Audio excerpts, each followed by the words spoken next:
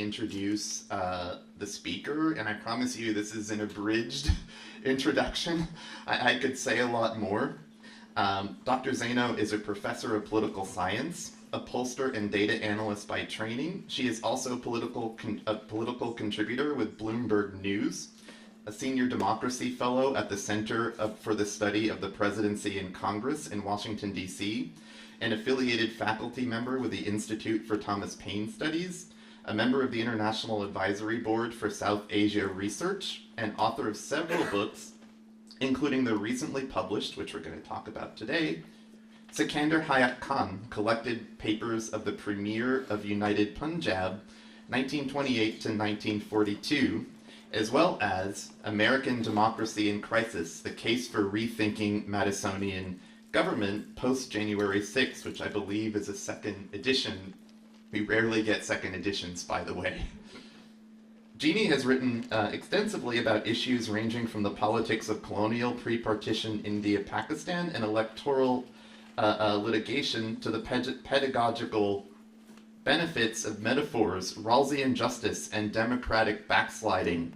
Her work has been published in academic journals as varied as South Asia Research, Campaigns and Elections, Journal of Politics, Journal of Political Science Education, Dispute Resolution Journal, Journal of Sikh and Punjab Studies, Education Week, Journal of Pastoral Counseling, and the Chronicles of Higher Education, among others. Jeanne is also co-author of one of the leading texts on computerized data analysis using SPSS and the GSS, currently in its 11th edition, Adventures in Social Research, Data Analysis Using SPSS. She is co-editor of the Sociopolitical Risk Management, Assessing and Managing Global Insecurity, and the textbook Core Concepts in American Government. For more than 2 decades, Jeanne has brought the work she does in the Academy to broader audiences via the popular media. She is currently a political contributor on Bloomberg TV and radio, where she appears on Balance of Power with Joe Matthew and Kaylee Lintz. That's Monday through Friday, 12:35 to 1:35. You can correct me if I'm wrong about those times. Also a 5 o'clock show, okay. And I know she's well known because my mom and dad have seen her on TV. She has also appeared on a variety of networks, including Al Jazeera, BBC, CBS, CNN, C-SPAN, Fox Business, Fox News, MSNBC, and NPR, among many others. Her views on current issues have been published widely in print outlets, including the Christian Science Monitor, Financial Times, New York Daily News, New York Post, New York Times, Politico, Real Clear Politics, USA Today, Wall Street Journal, Washington Post, and Washington Examiner. And I could have gone on. That's the abridged introduction. But I saved the best for last. She has just become the 2526 fellow at the Harvard Kennedy School's Ash Center for Democratic Governance and Innovation. So super exciting for us. And so I'm super excited to hear this talk. Everyone, a round of applause for our speaker.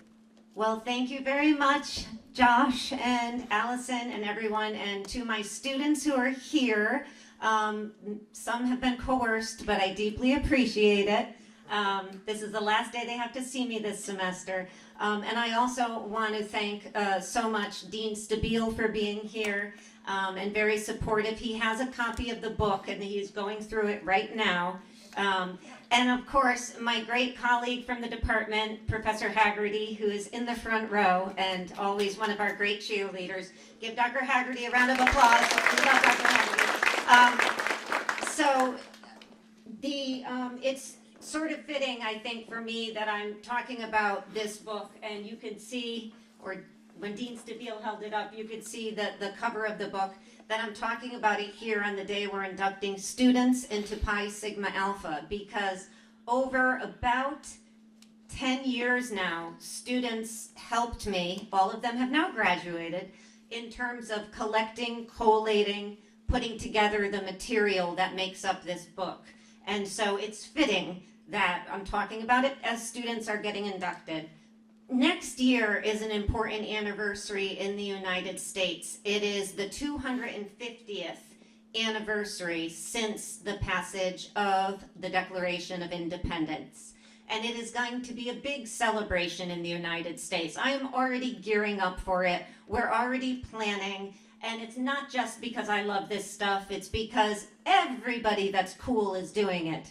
And what we're going to be doing is we're going to be celebrating the birth of our nation, the founders, and the institutions that they created and the documents that they created that have kept us alive so far, knock on wood, for 250 years. But left out of the celebration inevitably will be the voices of many, many people who contributed at the founding who have been forgotten. And that is what we think of sometimes as narrow casting. It's not just something we do in the United States, it's something that people and countries around the world do. They tend to celebrate a very small number of founding, usually fathers, sometimes mothers, and forget about the other people. And that is what I'm going to talk to you a little bit about today, is narrow casting. There's a great example of narrow casting in the US, and that is John Dickinson. We always remember George Washington, Thomas Jefferson, James Madison. Everybody knows he's one of my faves. The rapper Alexander Hamilton. But we seldom talk about people like John Dickinson from Pennsylvania. He was somebody who, in the years prior to the Declaration and the founding, was one of the most renowned and prominent leaders in the country, or the budding country. But then John Dickinson made a decision that changed his legacy, and that was a decision not to sign the Declaration of Independence. And John Dickinson, when he made that decision, he said, "This will forever destroy the work I've done and the legacy I've built, but out of conscience, I can't sign on." And he had several reasons for abstaining from the document. One of those reasons, amongst many, was that he was very worried that if he signed the document and the country was built, that it could not sustain and thrive without dealing with the horrific legacy of slavery. And of course, on that, he proved to be true or right. We have dealt with, obviously, it was just decades later that we walked into the bloodiest war, the Civil War, and we're still dealing with the hell of slavery and the legacy and the history of slavery in our country today. And so that is an example of somebody who, for reasons that were not popular at the time, took a stand and paid for it with his legacy. Because remember, taking a stand has its price. And so that's really what I'm going to be talking about, but I'm going to be talking about it in the context of Asia, and specifically the subcontinent of India. Because while the United States colonies were granting ourselves or fighting for independence against Great Britain, the British Empire continued to grow. And so you can see up on the screen, it is 1922 is the height of the British Empire. And it is the largest empire ever in world history.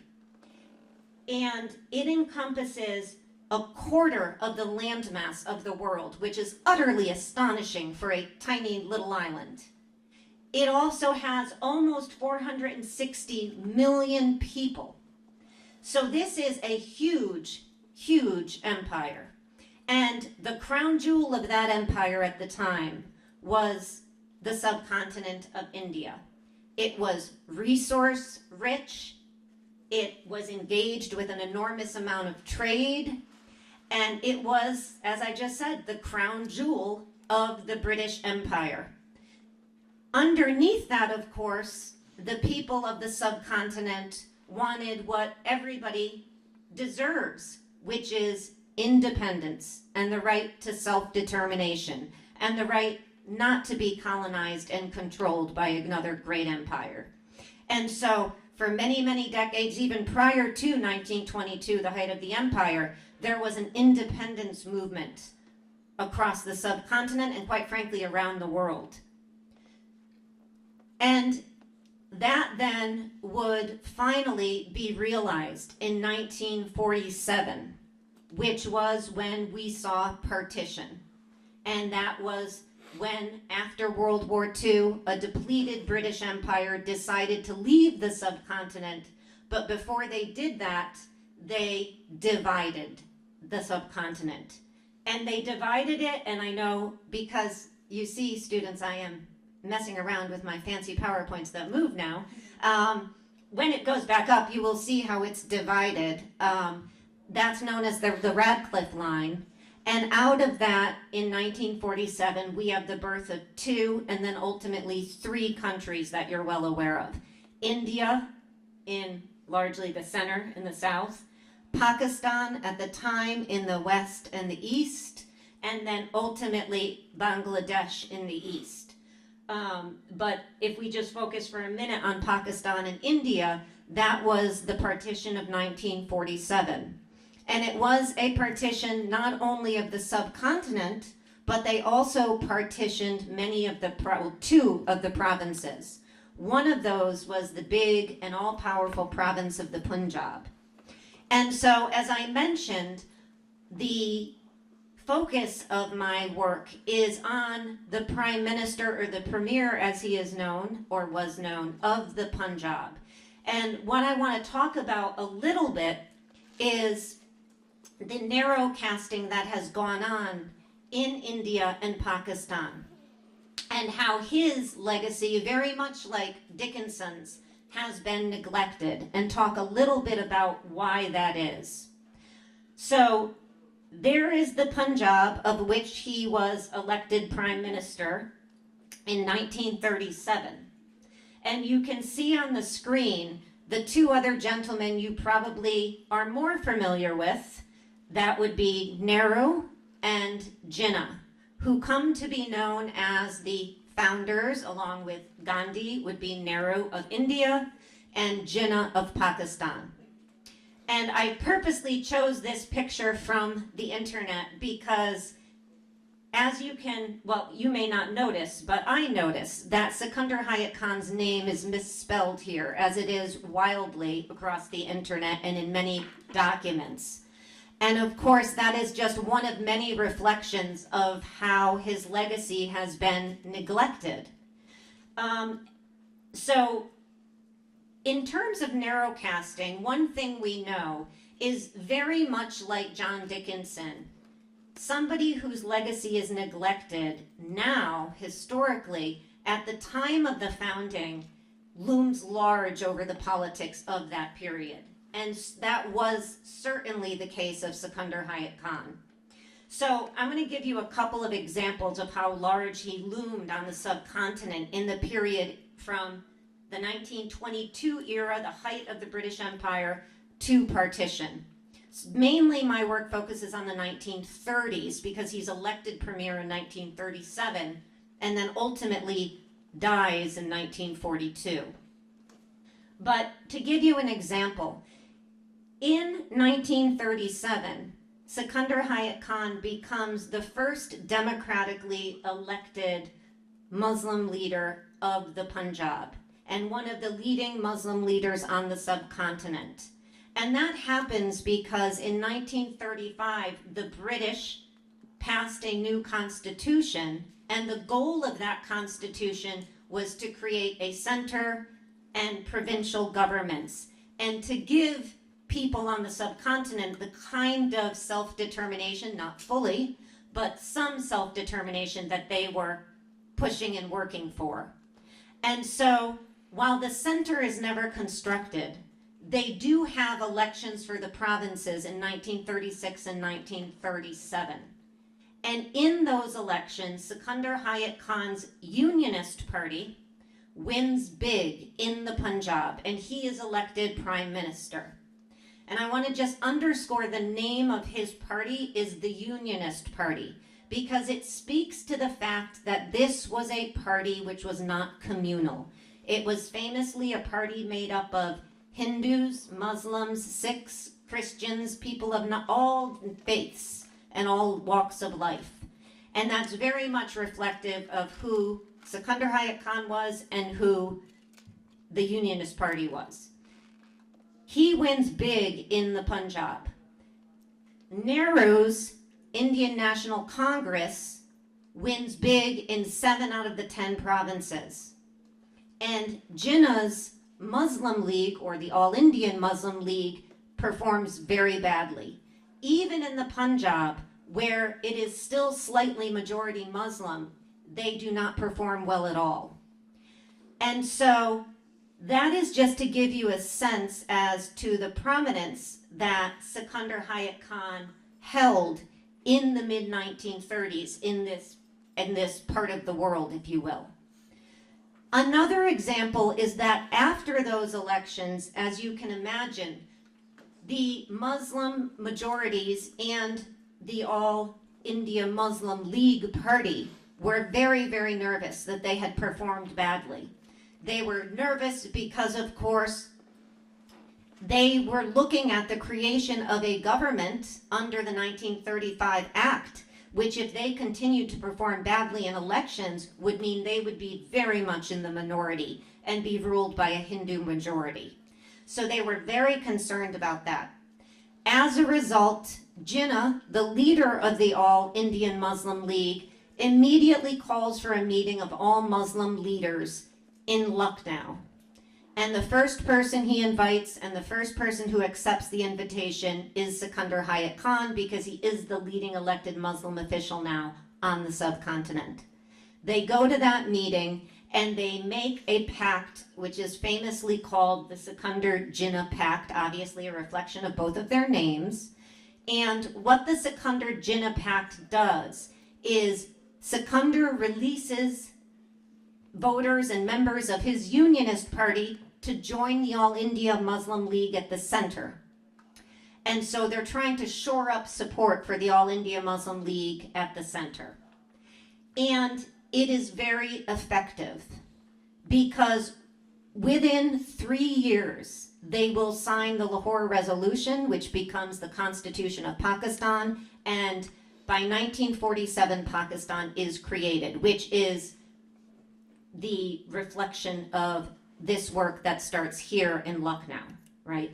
But it doesn't happen without Sikander's approval and support. And so that's just another example of who he was at the time and what his voice and his support in his work meant.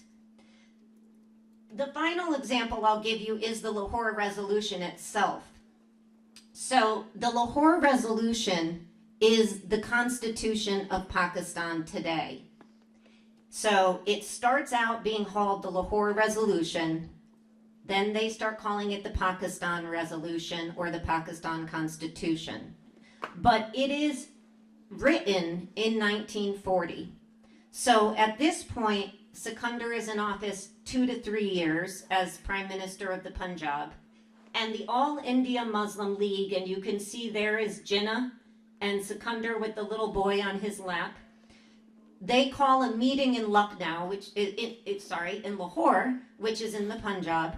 And it is a meeting where Sikander and Jinnah are asked to write the original draft of the Lahore Resolution. For whatever reason, Sikander is left to do it by himself. And what we know now happened was that Jinnah got called away for ministerial and other duties, understandably. And so Sikander writes the original draft or the original Lahore Resolution in one night. It's a pretty astonishing feat, and it's still on record in Pakistan today. A lot of what he writes that night is based on a document that he put forward a couple years prior called the Outlines of a Scheme of Indian Federation.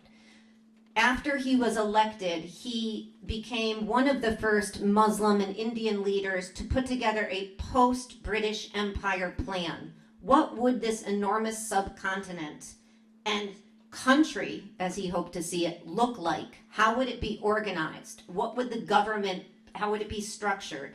And that document is called The Outlines of a Scheme of Indian Federation.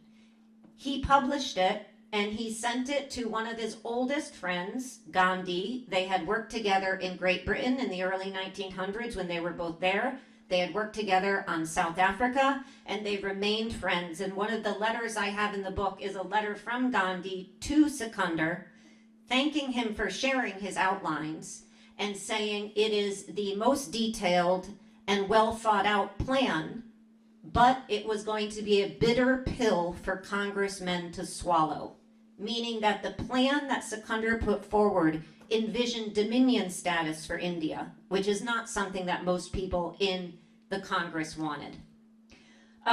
That plan is what becomes the document that Sikander writes, the Lahore Resolution, that night in Lahore. That is ultimately taken up by the Muslim League, revised a good deal, and then passed, and that becomes the Constitution of Pakistan.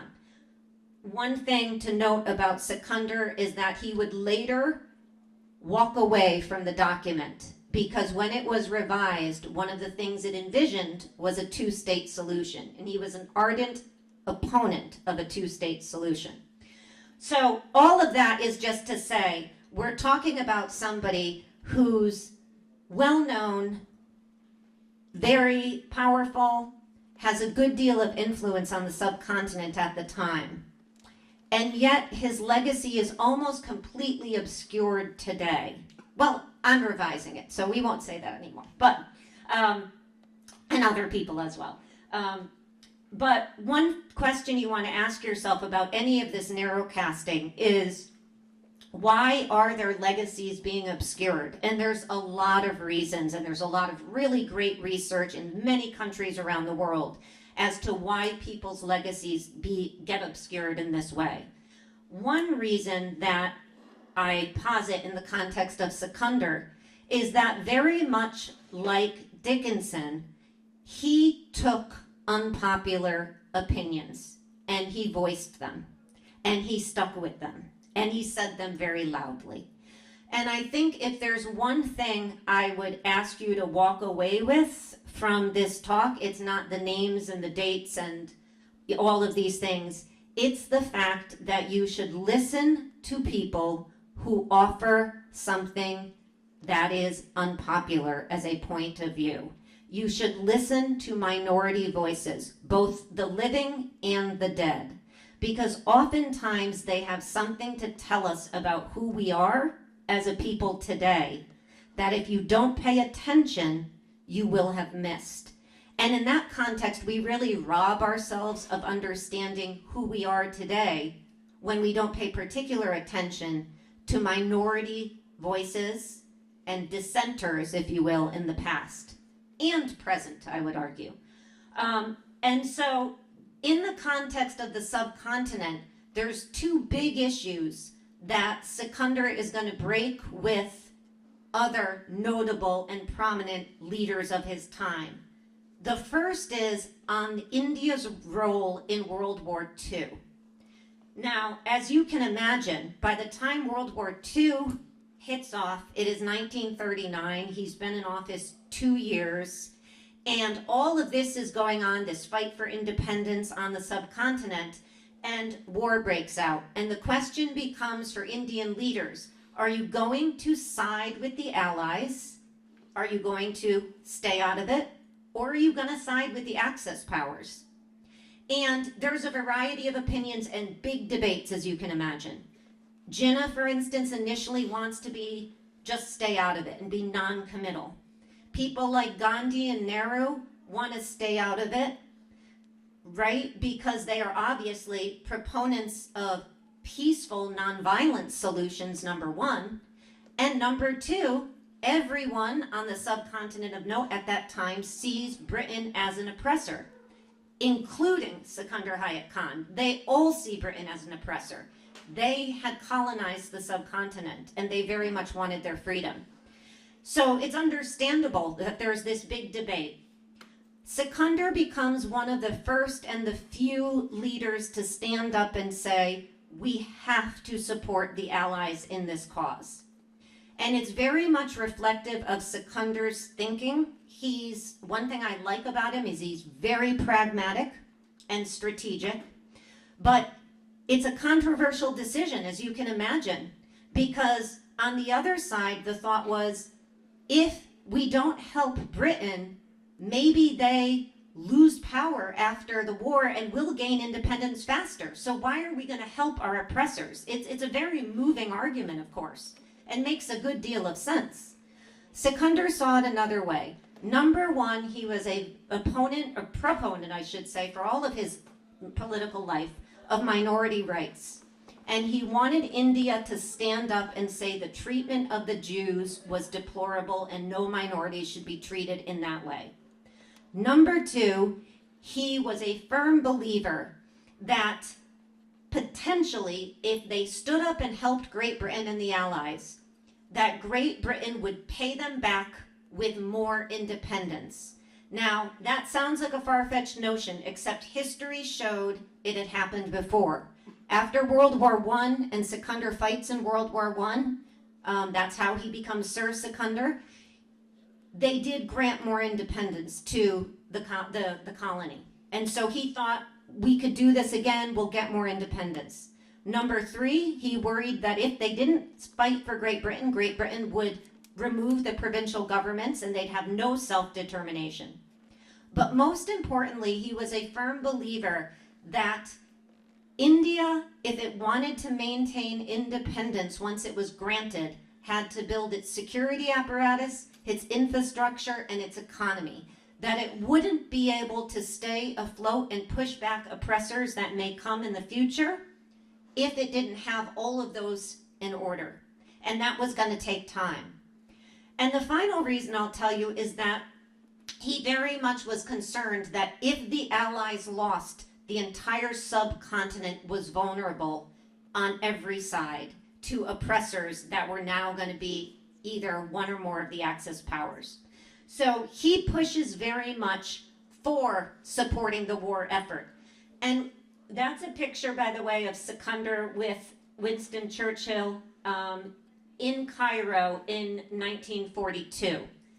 And of course, he wins that battle. India puts together, I should say, the largest volunteer army in history to support the Allies in World War II. It's something that when you talk to people, and a lot of people in the US and the West are very interested in World War II and Winston Churchill, a lot of attention there, but much less paid to the amount of soldiers and troops that came from India. 2.5 million people, including, by the way, 2 of Sikander's sons, go on to fight in the war. And of those, 89,000 never come home. And those that do come home, in a way reflective of the experience for us in Vietnam, are seen, at least immediately, to have fought on behalf of an oppressor, and so not treated particularly well. That's changing a good deal now. And then, of course, not to mention the support that was needed at home to keep the war machine going. So he does win that battle, but it is still a controversial position that he took. The second example I'll give you, and the last one I'll give you about his controversial views, is that dealing with independence. And this is arguably the most important of the controversial views that he takes. Everybody agrees, as I mentioned, in favor of independence from Great Britain. And I have a speech that Sikander gives in, I can't remember the year, I think it's 39 or 40, when he says, every Indian of note supports independence. And that is true. The differences lie in how do you get there? What's the path to freedom? And how best do you sustain that cause? And so on the issue of the path, Sikander took a very different view his entire life than most of his contemporaries. Number one, as I mentioned, in the outlines, in the Lahore Resolution original draft, all the way through his life, he was in favor of dominion status, of a slow dissolution of the relationship between the subcontinent and Great Britain. What you can think of as a slow divorce.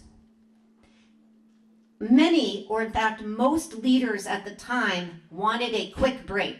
They wanted their freedom and they wanted it now. And as you can imagine, so did the masses. The popular movement was, give us independence, give it to us now, don't tell us to be patient, don't tell us to wait, we need it now. And a very pragmatic Sikander would continue throughout his life to say, if we don't get independence right, we won't be able to sustain it in a peaceful way. We need a strong economy. We need a strong defense to keep us safe at home and from insurrection at home and from challenges abroad, right? And we need to deal with the communal problem, which was the problem that they were facing. And remember, I know for us in the West, the communal issue is can be a little bit misunderstood. We're talking about, when we say the communal tension in the East, we're talking about the tension between various diverse groups. In this case, mostly religious and ethnic division. In this case, between Hindus and Muslims, particularly, but not exclusively. So not necessarily in the communal idea that we think of today in the West. So his view was very much, give us England dominion status and we'll have a long-term slow divorce and a plan to achieve independence in a certain number of years, versus most of the people on the subcontinent at the time who wanted it fast. Of course, Sikander lost that battle, and I should just go back for a minute and say that is obviously the Radcliffe line. After World War II, as I mentioned, a very depleted Great Britain decided it could no longer sustain the colonies, and it moved for a quick dissolution. But what did it do? It divided the continent. And so those are the famous hastily drawn Radcliffe lines that again create East Pakistan, West Pakistan with India in the middle, and East Pakistan will eventually become Bangladesh today, right? And so that's what the British left. Sikander not only wanted a slow dissolution, he was a Muslim leader, perhaps the most powerful, and he opposed partition. He opposed a two-state solution. And this is something I've written a lot about. We are at Iona. Obviously, we have a rich Irish history. We had a partition of Ireland in 1921.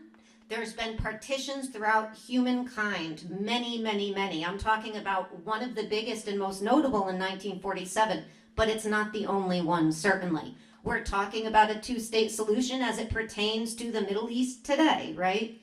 But one of the things that scholars have long gotten wrong about partitions and popular myth is the minorities always support partition, a two-state solution, and the majority supports maintaining the state in one piece.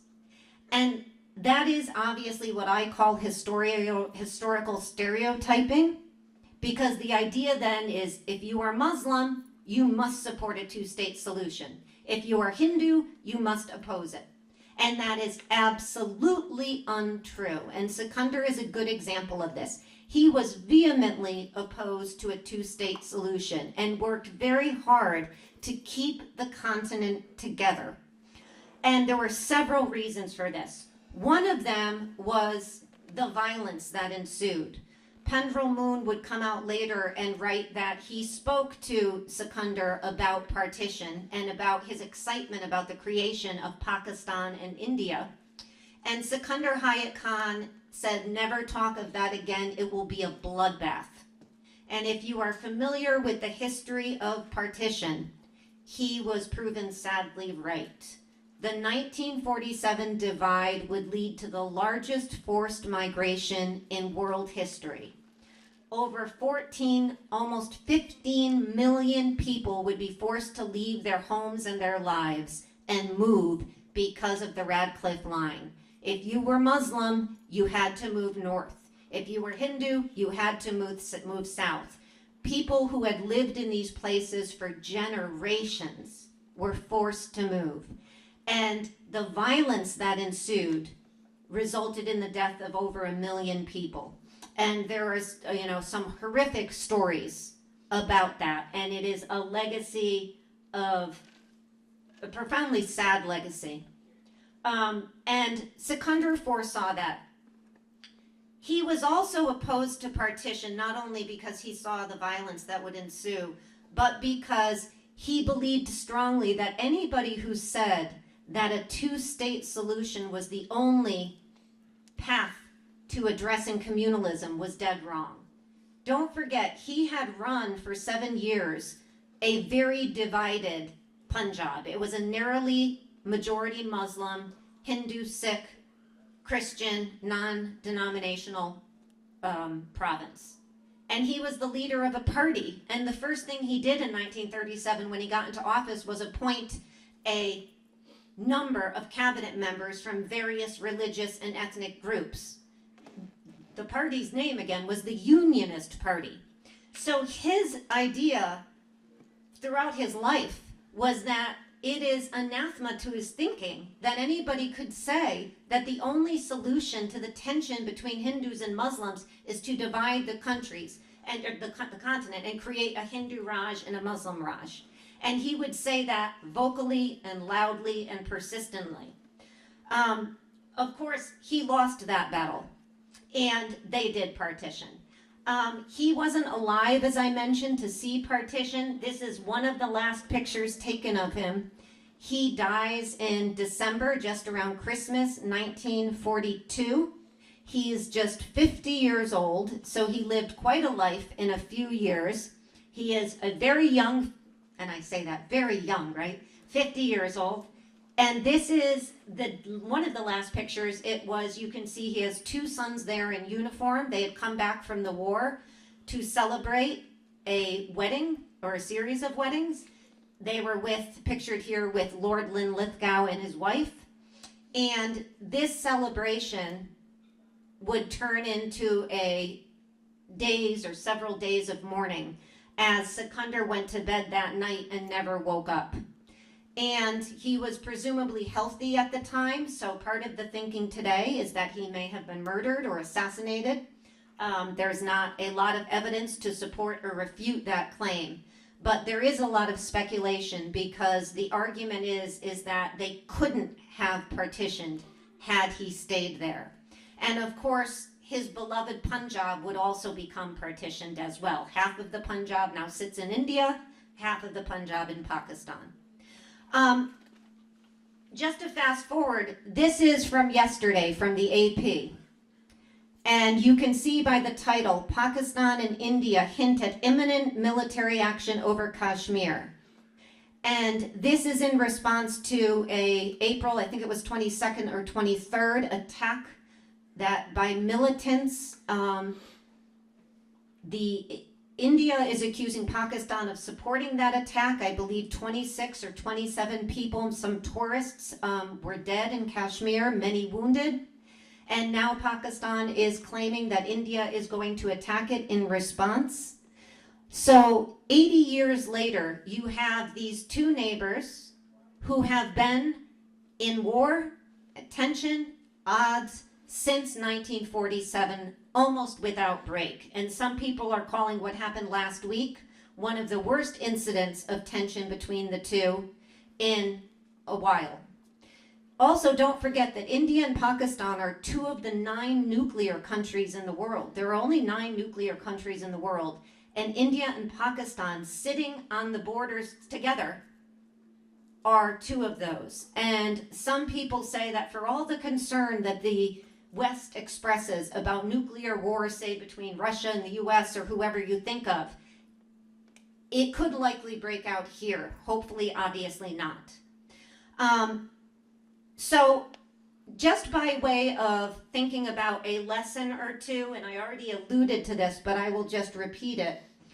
I think it's important to think about why people's legacies are neglected, political reasons why they may be neglected, and why people who say unpopular things may not be remembered, but sometimes should.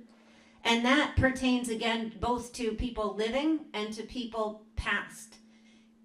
Based on my research, I'm particularly interested in people at a founding, at the birth of a nation, who express a dissenting point of view. And that is because those people often in their dissent tell us more about who we are today than do the founders that we bow down to and rightly respect. And we know this, just to get back to the US context, because in the 1960s, don't forget, the great historian Herbert Storing would reclaim the legacy of the Anti-Federalists. And the Anti-Federalists, of course, are those who were opposed to the Constitution of the United States, the second current Constitution. And Herbert Storing gave a brilliant series of lectures that became a book called What the Anti-Federalists Were For. And he resurrected their memory by reminding us that while they have been neglected and relegated sort of to the dustbin of history, if it wasn't for the Anti-Federalists, we would not have many things, but most prominently the Bill of Rights, which has protected us for many 250 years, because it was not the framers. James Madison, Thomas Jefferson, George Washington, they didn't want the Bill of Rights. They didn't see a need for it. It was the Anti-Federalists who demanded a list of the liberties and freedoms that we should enjoy. And that's what we ultimately did get, to the credit of the framers for making that agreement. But that's just an example. And you can see something very similar in this case of Pakistan and India and in other parts of the world, where voices that are not the most popular at the time maybe should be given more credence and attention than they are, and for good reason, because whether you in the end agree with them or not, they often tell you what's going to happen to you and how you are going to live in this nation, because they're living at the time that this thing is built. But I know I'm probably over time, Dr. Leon, so I am going to take a breath there. Thank you. Thank you.